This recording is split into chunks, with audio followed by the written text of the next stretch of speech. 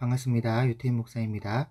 오늘은 사도 바울이 데살로니가 4장에서 말씀한 죽은 자들의 부활과 고린도전서 15장에서 말씀하고 있는 부활에 관련된 말씀을 함께 나누려고 합니다.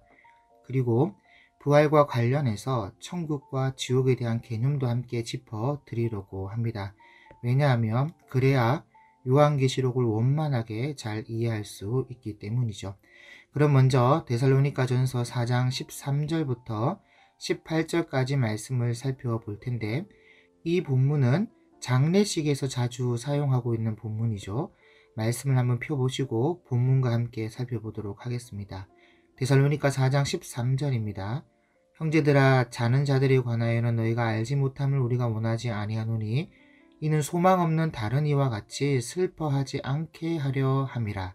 자, 여기 자는 자들에 관하여 라고 할 때 이 자는 자들은 밤에 잠을 자고 있는 자들이 아니라 죽은 사람을 두고 하는 말이에요. 그래서 장례식장에서 집례할 때 이 본문을 자주 사용을 하고 있는데, 왜 지금 바울이 죽은 자들에 대하여 우리가 꼭 알아야 할 것이 있다 그렇게 말씀하고 있냐면 소망이 있기 때문이에요. 이 소망이 바로 부활이죠. 그래서 14절에 우리가 예수께서 죽으셨다가 다시 살아나심을 믿을진데 이와 같이 예수 안에서 자는 자들도 하나님이 그와 함께 데리고 오시리라. 여기 예수 안에서 자는 자들이라고 할 때 이들은 예수님을 믿고 죽은 사람들을 말하는데, 죽으면 끝나는 것이 아니라 하나님이 그와 함께 데리고 오시리라. 다시 말하면 죽어 있는 그 상태로 끝난 것이 아니라는 거예요.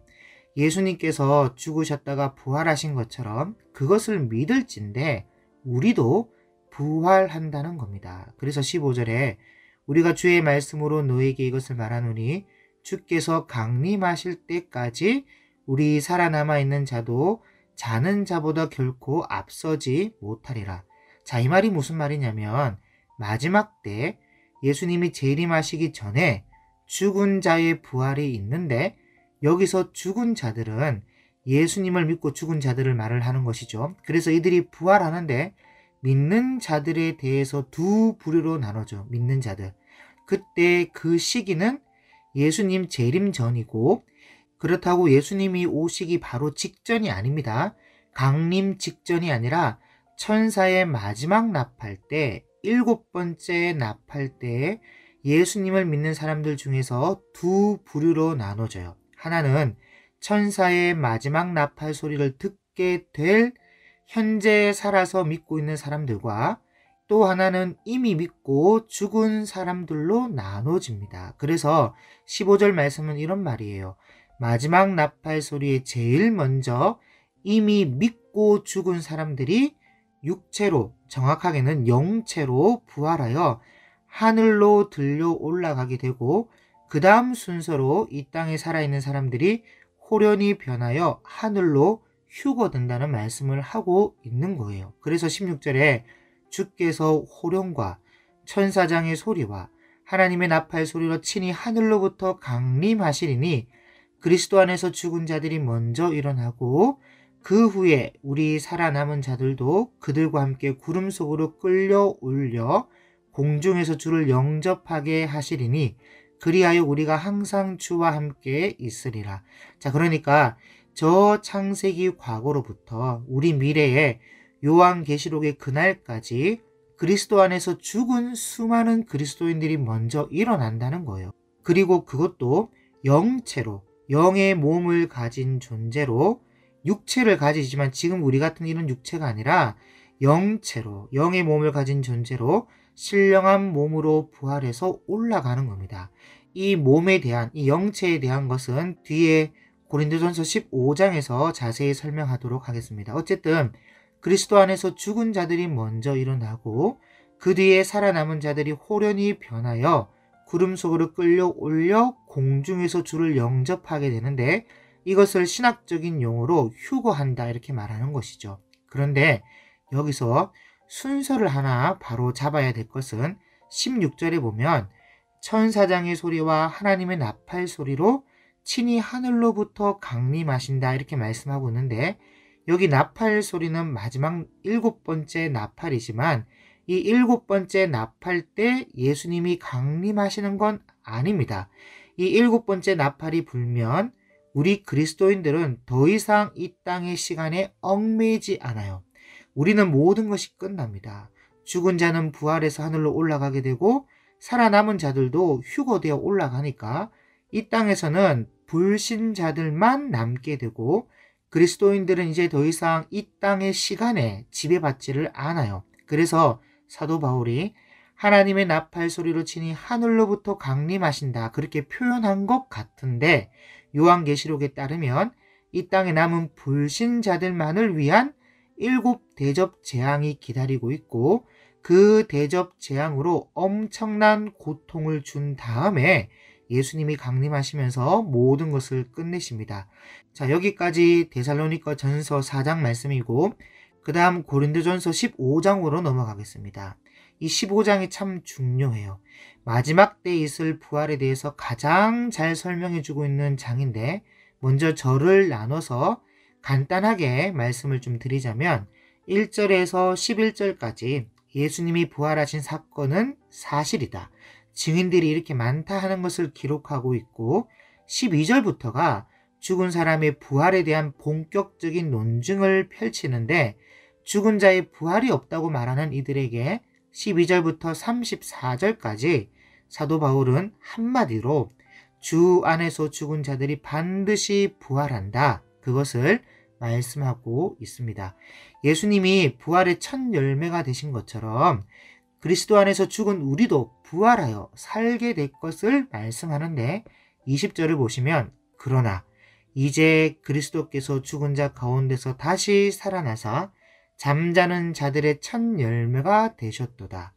사망이 한 사람으로 말미암았으니 죽은 자의 부활도 한 사람으로 말미암는도다.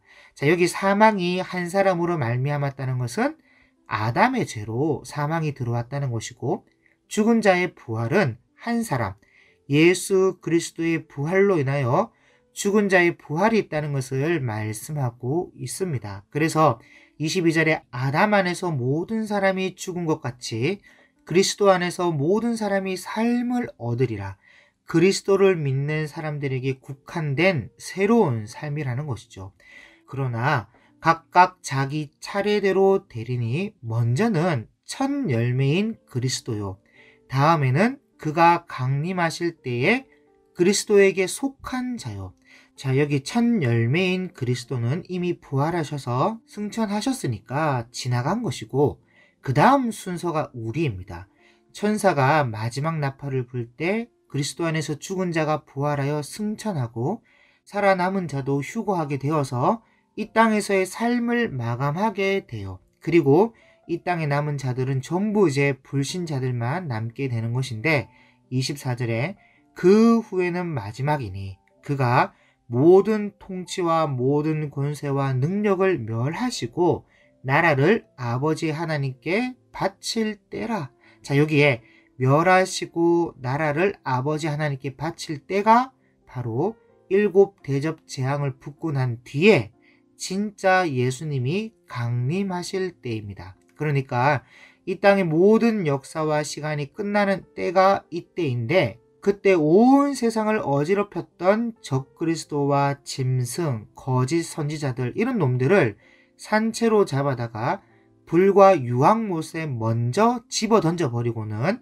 사탄 마귀는 잡아다가 무적행이라는 곳에 가둬놓습니다. 그리고 불신자들은 예수님의 입에 검으로 다 죽이세요.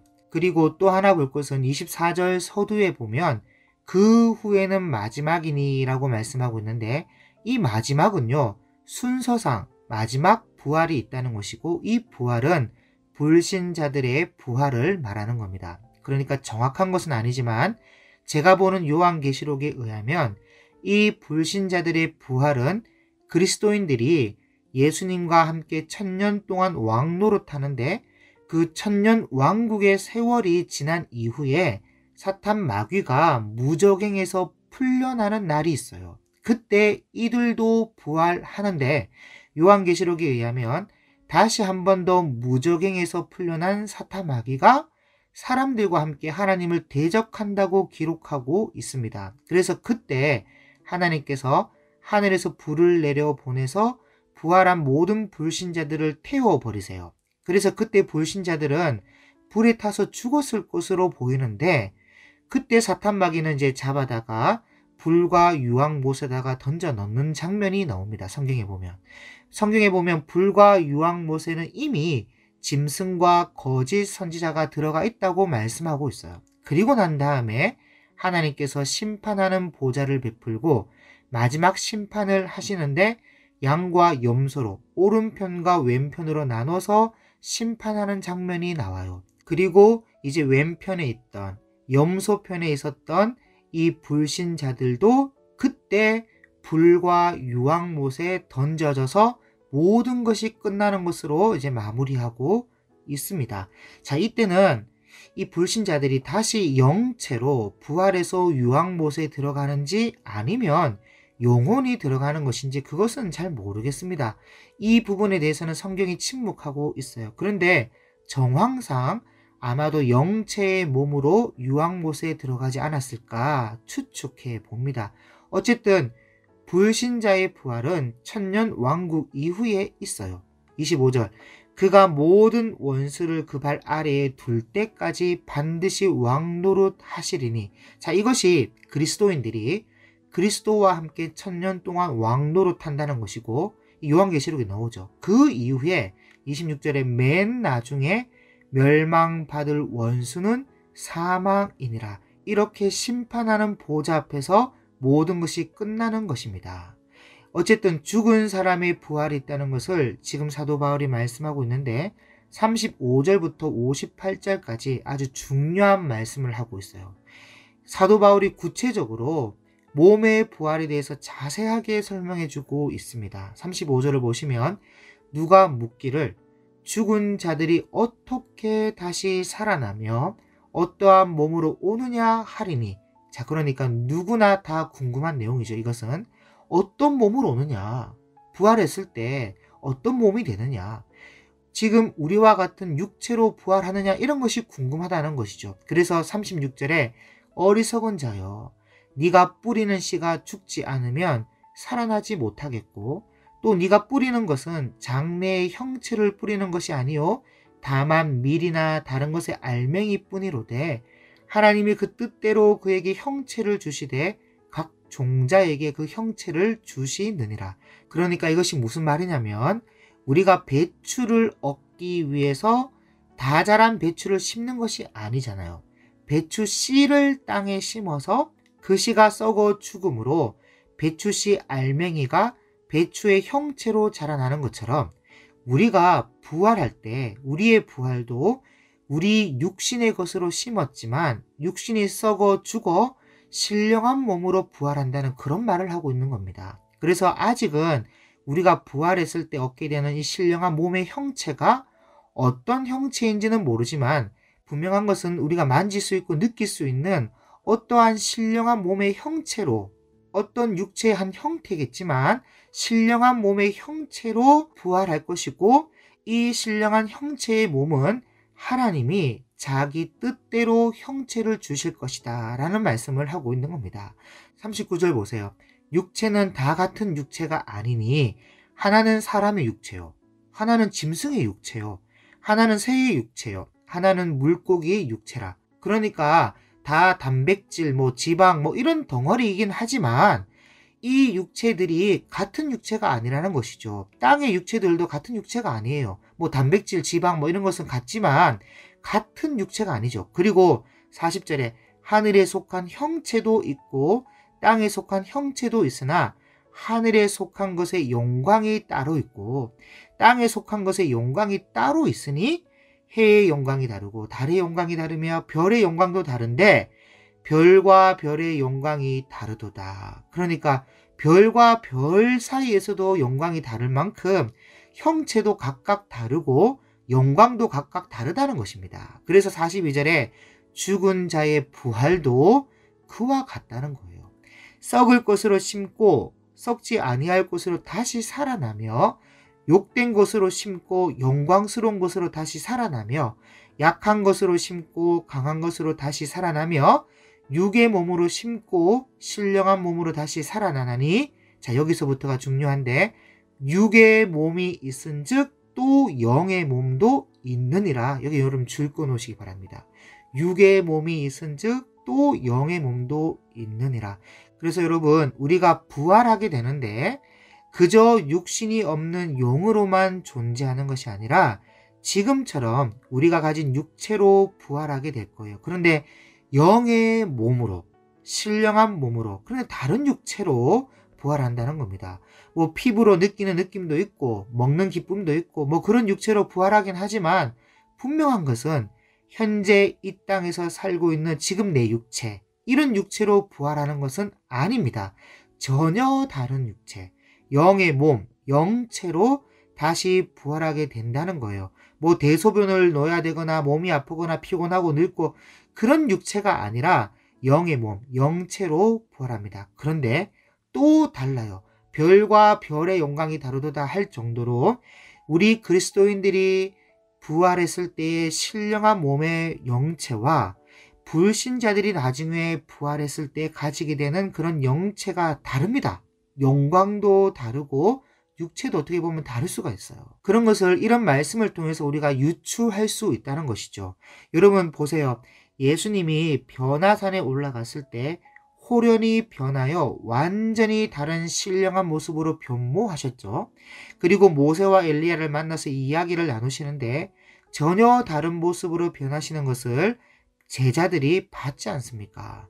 그것이 우리가 나중에 부활할 모습이라는 겁니다.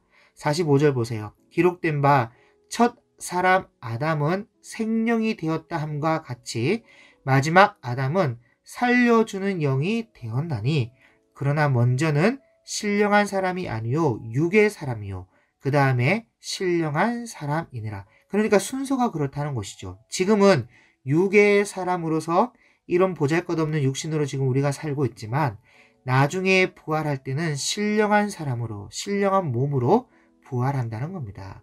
47절, 첫사람은 땅에서 났으니 흙에 속한 자이거니와 둘째 사람은 하늘에서 나셨느니라. 그렇죠. 첫사람은 흙으로 사람을 빚었지만 둘째 사람은 흙이 아니라 하늘로부터 오는 육체입니다. 하나님의 뜻대로 주실 육체. 흙에 속한 자들은 저 흙에 속한 자와 같고 무릇 하늘에 속한 자들은 저 하늘에 속한 이와 같으니, 우리가 흙에 속한 자의 형상을 입은 것 같이 또한 하늘에 속한 이의 형상을 입으리라. 그래서 하나님께서 그 뜻대로 우리에게 형체를 주시는데 하늘에 속한 이의 형상을 입게 되는 놀라운 육체를 얻게 될 것입니다. 50절, 형제들아 내가 이것을 말하노니 혈과 육은 하나님 나라를 이어받을 수 없고 또한 썩는 것은 썩지 아니하는 것을 유업으로 받지 못하느니라. 그래서 현재 지금 우리가 가진 이런 육체로 천국 가는 것이 아니라는 것입니다. 그럼 무엇을 가지고 가느냐? 51절과 52절의 결론을 말씀하고 있는데, 여러분 아주 중요한 구절이니까 성경책에 줄 긋고 별도 그려놓고 중요 표시를 해놓으시길 바랍니다. 51절입니다. 보라, 내가 너에게 비밀을 말하노니 우리가 다 잠잘 것이 아니요 마지막 나팔의 순식간에 호련히 다 변화되리니. 여기 마지막 나팔, 이 마지막 나팔이 요한계시록에 나오는 마지막 7번째 나팔입니다. 그때 그리스도 안에서 잠을 자고 있던 자들이 호련히 변화되는데, 나팔 소리가 나매 죽은 자들이 썩지 아니할 것으로 다시 살아나고 우리도 변화되리라. 썩지 아니할 것. 지금 우리 육체 같은 이 육체는요, 늙어가고 쇠약해져서 결국은 썩어져 가는 거죠. 그런 육체가 아니라 이제는 영체로, 하늘에 속한 이의 형상의 육체로 변화되어, 그래서 죽은 자들이 영체로 부활해서 먼저 하늘로 올라가고 그 다음 살아남아 있는 자들이 호련히 변화되어 육체에서 영체로 변화되고, 예수님이 살아계신 중에 변화되었던 것처럼 우리도 영체로 변화되고 구름 위로 올라가게 될 것이다 라는 겁니다. 그래서 53절에 이 썩을 것이 반드시 썩지 아니할 것을 입겠고 이 죽을 것이 죽지 아니함을 입으리로다. 이게 중요하죠. 이 썩을 것이 썩지 아니함을 입고 이 죽을 것이 죽지 아니함을 입을 때에는 사망을 삼키고 이기리라 라고 기록된 말씀이 이루어진다는 겁니다. 아까 전에 26절에 이런 말씀이 있죠. 맨 나중에 멸망받을 원수는 사망이니라. 그래서 믿는 그리스도인들에게 있어서는 7번째 납할 때 사망을 이기고 변화되고 휴거되고 신령한 영체의 몸으로 하늘로 올라가면 이제는 사망이 없는 것이죠. 그러나 불신자들에게서는 사망이 아직 남아있는데 불신자들에게 사망은 마지막 심판대의 심판이 끝나고 난 뒤에부터가 이제는 사망이 없어지는 것입니다. 이렇게 해서 사도 바울이 가르쳐 주신 부활과 휴거에 대해서 이제 말씀을 나누는데 마지막으로 천국과 지옥, 낙원과 스올, 음부라고 하는 또 무적행이라는 이 개념을 설명드리고 강의를 마치도록 하겠습니다.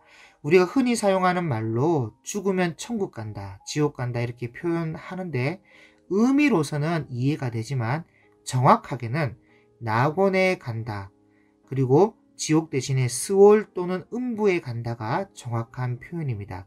성경에 기록된 단어로서는 그래요. 일반적으로 그리스도인들이 죽으면 천국 간다라고 말하는데 저도 그렇게 말은 하거든요. 그런데 사실 진짜 천국은 요한계시록 21장에 나오는 새하늘과 새 땅, 새 예루살렘이 궁극적 최종 천국이고 그 전에 그리스도인들은 낙원이라는 곳에서 예수님의 재림까지 그 낙원에 있습니다. 이 낙원은 예수님께서 누가복음 23장 43절에 내가 진실로 네게 이르노니 오늘 네가 나와 함께 낙원에 있으리라 그렇게 직접 말씀하신 장소이기도 하고 사도 바울도 고린도 후서 12장 4절에 그가 낙원으로 이끌려가서 말로 표현할 수 없는 말을 들었으니 사람이 가히 이르지 못할 말이로다 하면서 자기 자신이 낙원이라는 곳에 이끌려가서 표현할 수 없는 말을 들었다고 말한 장소이기도 합니다. 이 낙원이. 그래서 이 낙원을 이 헬라어로 파라데이소스라고 하는데요. 축복의 장소 또는 영웅이나 유명한 인물들이 사후에 가는 곳을 의미하는 고대 페르시아에서 파생된 단어입니다. 그래서 이 단어의 의미를 당시 사람들이 다 알고 있었고 이 단어를 예수님도 사도 바울도 사용해서 믿음으로 믿어서 죽은 자들이 가는 곳이 있음을 우리에게 알려주고 있다는 것이죠. 그리고 죽은 자가 가는 곳에 대해서 가장 많이 사용하고 있는 단어가 이 파라데이소스 말고도 스올과 음부라는 단어인데 히브리어로 스올은 세올이라고 하고 헬라어로 음부는 하데스라고 합니다. 그런데 참 아쉬운 것이 한국어로 번역할 때 스올이면 스올, 음부면 음부로 통일시켜주면 참 좋은데 히브리어 세올은 스올이라고 번역하고 헬라어 하데스는 음부로 번역해 놓았어요. 그래서 다른 장소인지 헷갈리는 분들이 있는데 사실 같은 장소고 믿지 않는 자들이 가는 장소를 말해요. 일반적으로 우리는 지옥에 간다라고 말을 하는데 사실 진짜 지옥은 불과 유황못이 있는 곳이 진짜 지옥입니다. 예수님의 최종 심판대 앞에서 양과 염소로 나누었을 때 오른편 양이 가는 곳은 새하늘과 새 땅, 새 예루살렘이 진짜 최종 천국이고 왼편 염소가 가는 곳이 불과 유황못이 있는 진짜 최종 지옥이에요. 마가복음 9장 47절에 예수님께서 이렇게 말씀하셨는데 만일 네 눈이 너를 범죄하게 하거든 빼버리라. 한 눈으로 하나님의 나라에 들어가는 것이 두 눈을 가지고 지옥에 던져지는 것보다 나으니라. 거기에서는 구더기도 죽지 않고 불도 꺼지지 아니하느니라. 사람마다 불러서 소금치듯 함을 받으리라. 이렇게 말씀하고 있는데 여기 지옥이라는 단어가 있죠. 47절에. 지옥은 이 헬라어로 게엔나라고 하는데 구더기도 죽지 않고 불도 꺼지지 않으며 불로 소금치듯 함을 받는 곳이 이 게엔나, 지옥이라는 곳이에요. 그러니까 요한계시록에 나오는 불과 유황목과 같은 곳입니다. 여러분, 예수님께서 낙원과 음부에 대해서 이렇게 직접 말씀하신 것이 있는데, 하데스와 게인나가 다르다는 것을 알 수 있고 낙원의 실체도 알 수 있는 좋은 예가 되는 말씀을 예수님이 해주셨어요. 그게 부자와 거지 나사로 이야기입니다. 예수님께서 부자와 거지 나사로에 대해서 말씀하실 때 부자는 죽어 음부에 가고 나사로는 아브라함의 품에 들어가고 라고 말씀하셨습니다. 낙원이라는 말 대신에 아브라함의 품에 들어가고 라고 했는데, 그렇다면 낙원이라는 것은 아브라함의 품이라는 결론이 나와요. 그리고 참 재밌는 것은 부자가 음부에 갔는데 물을 찍어 혀를 서늘하게 하고 싶을 만큼의 고통을 받았다는 것이고, 눈을 들어 아브라함과 그의 품에 있는 나사로를 볼 수 있었다는 겁니다. 그거 참 얼마나 고통스럽겠습니까?